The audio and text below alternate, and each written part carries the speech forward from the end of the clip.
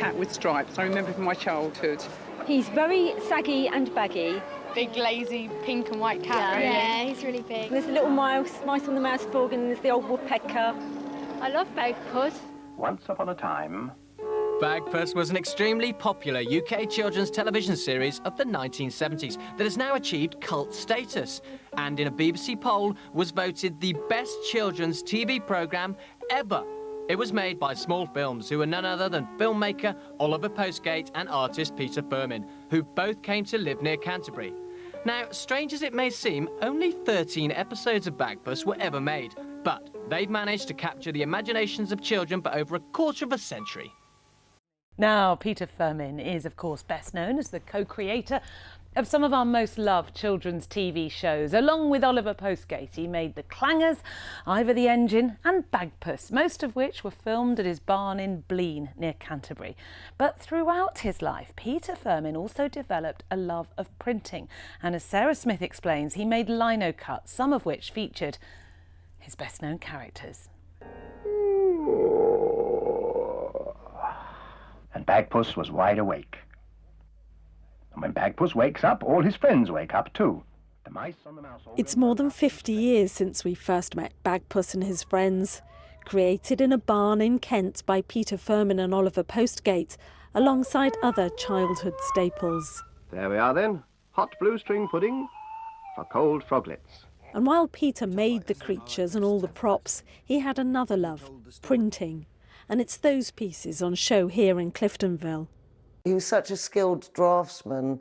When we're on holiday with I've got 5 older sisters, he'd always have a sketchbook and draw a landscape scene of where we were, and translating that into prints. It was just a beautiful thing that he did.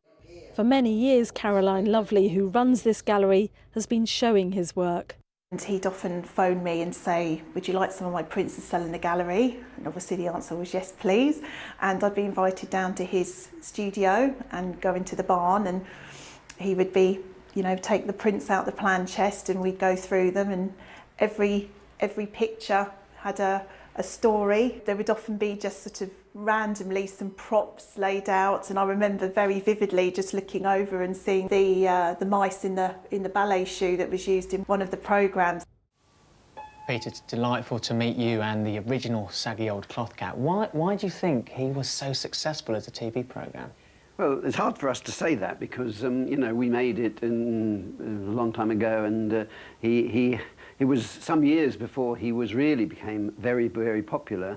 But Emily reckons, that's my daughter Emily, who's the little girl, she reckons that all the little girls who watched would love to have had their own shop with their own toys and no adults around, because, I mean, you know, it's a world of its own, really. I think we'd all like to think that we could have come up with the idea of a cat, but I could certainly never have come up with a pink and cream cat. The first drawings I ever did of this character were a marmalade cat. Right. But when I had to make him, I had to order some special material, and a company made me this material, and the man came up to me a few weeks later and said, I'm afraid there's been a bit of an accident in the kiln, and we came out with this rather strange colour, and he held out this great big piece of cloth with pink and cream on it. And I thought, great, you know, why not? Some people might be surprised to hear that Bagpus actually isn't warm and squidgy to the touch. It's obviously because he's animated. Can you talk me through how you actually made him? Well, yeah, he's got a skeleton, like most of our puppets that are single frame. He has joints made of balls and sockets, made of little bits of Meccano and bits of brackets from Woolworths and things. But he's got basically a very solid wooden body inside that Oliver can hold, because Oliver does all the animation. And then the rest of it is sort of based on that. Was there hidden meanings that you guys came up with? I know you're talking about. There is someone with a website, which is a strange website about Bagpus being God or something weird, you know. Well, we have nothing to do with that. Maybe they just have too much time on their hands to think about strange things. Yes, I think so, yeah. As well as the Bagpus pictures, there are the ships. He started sailing late in life and adored it. But it was the land, even more than the sea, which had his heart.